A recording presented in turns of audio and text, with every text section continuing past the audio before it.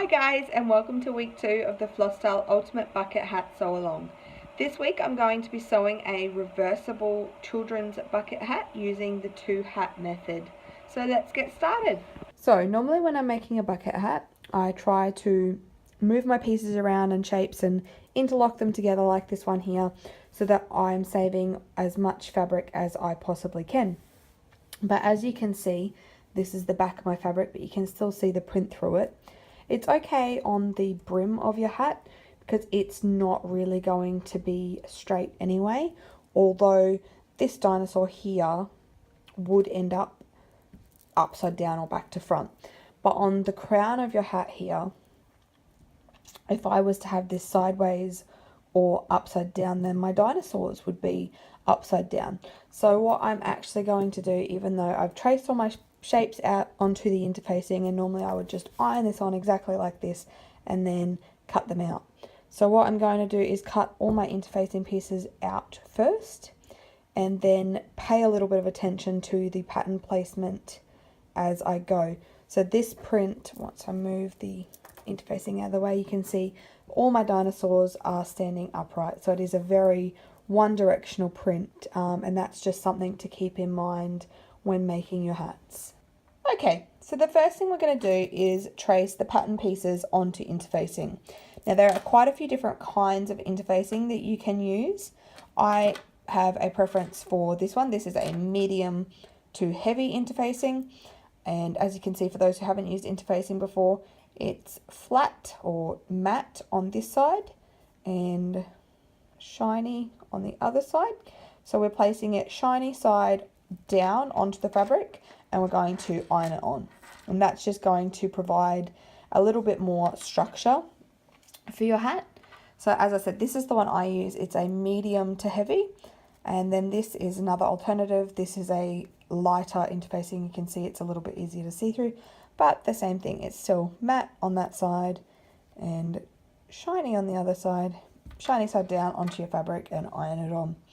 Now I like to interface the entire outer layer, but it's completely up to you. So if you want to have a play around and see which way you like best, some people like to interface just the brim, some people like to interface both sides of the brim, and some people like to interface every single piece of their hat. So next I'm going to show you the pieces that you're going to need to trace onto your interfacing. Okay, so once you have decided what size you need, I'm going to go through the pieces that you require. So this week I'm going to be making a non-adjustable reversible children's hat. If you're looking for instructions for the reversible hat, head over to our YouTube channel and there will be some instructions over there, because that's what I made last week.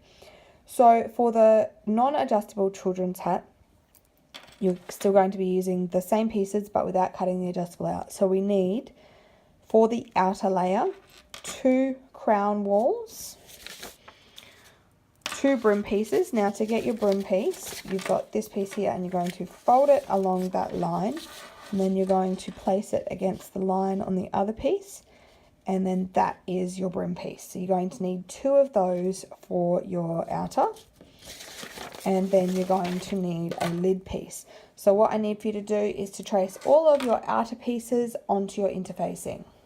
Alright, so all of my pieces are traced onto my interfacing and ironed onto my outer fabric. So I've got my 2 brims, my 2 crown walls, and my lid.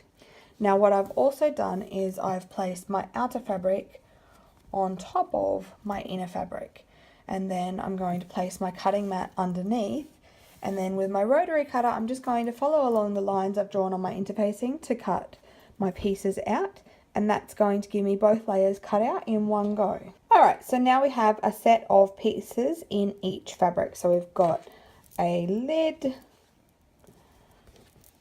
2 walls, and 2 brim pieces in our dinosaur print, and they are all interfaced. And then we have the same again in our star print, and none of those are interfaced. Alright, so that's it for tonight. That's our pieces interfaced and cut out. And tomorrow night we are going to be assembling one set of pieces. So we're going to be using the 2 hat method to put this hat together.